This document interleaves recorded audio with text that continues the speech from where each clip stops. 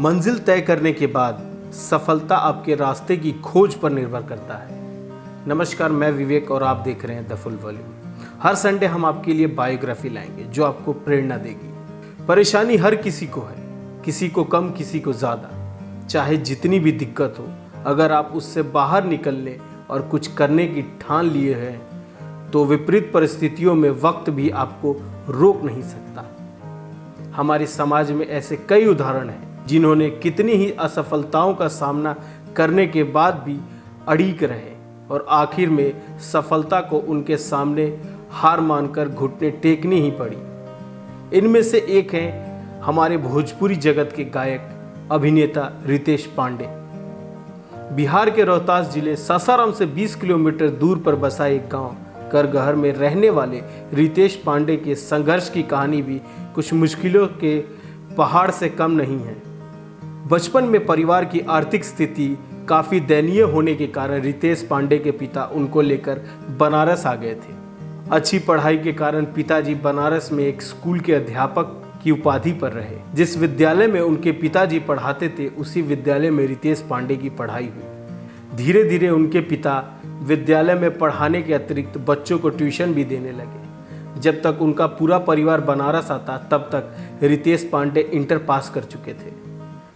रितेश ने बायोलॉजी में लगभग 72% अंक से इंटरमीडिएट पास की थी। इसे देख सभी ने उन्हें कोटा जाकर पीएमटी की तैयारी का सुझाव दिया, लेकिन रितेश जब भी गाते, सभी के मुंह से उनके आवाज़ की तारीफ मिलती। रितेश ने अपने जीवन का एकमात्र लक्ष्य बनाया संगीत साधना।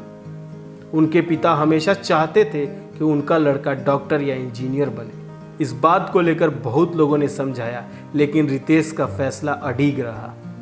रितेश पांडे ने बनारस के महात्मा गांधी काशी विद्यापीठ यूनिवर्सिटी से बीए बैचलर ऑफ म्यूजिक की डिग्री प्राप्त की। इसके बाद धीरे धीरे गाने लगे। गाना गाने के बाद भी उन्हें कोई प्लेटफॉर्म नहीं मिल रहा था।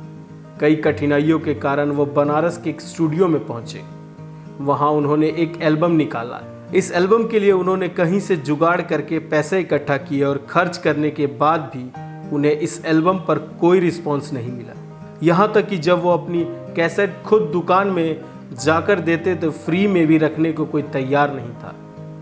कई जगह उन्हें तिरस्कार का भी सामना करना पड़ा।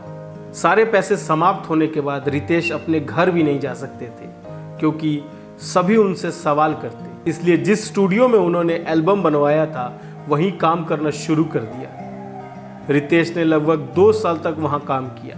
2 साल तक घर, ऑफिस सब यही था। जब वो अच्छे सिंगर ना बन पाए तो उन्होंने रिकॉर्डिंग सीखना शुरू कर दिया और रिकॉर्डिंग के गुण भी सीख लिए। इस बीच मजाक मजाक में ही रितेश ने एक गाना गा दिया।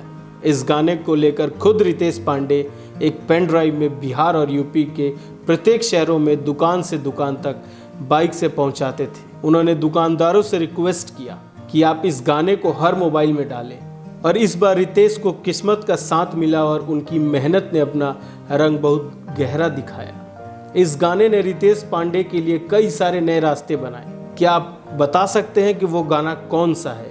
चलिए मैं बता देता हूँ वो गाना कौन सा है। वो गाना है करुआ तेल। इस गाने के बाद रितेश पांडे ने कभी पीछे मुड़कर नहीं देखा। 2016 में बलमा बिहारवाला 2 से उन्होंने एक्टिंग में डेब्यू किया।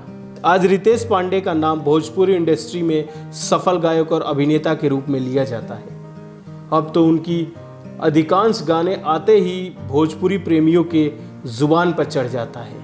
हाल ही में आया रितेश पांडे का गाना हेलो कौन ने यूट्यूब पर वर्ल्ड वाइड रिकॉर्ड बनाया है, जो सबसे ज़्यादा भोजपुरी गाना सुनने वाला गाना बना। बाकी खबरों के लिए देखते रहिए द फुल वॉल्यूम।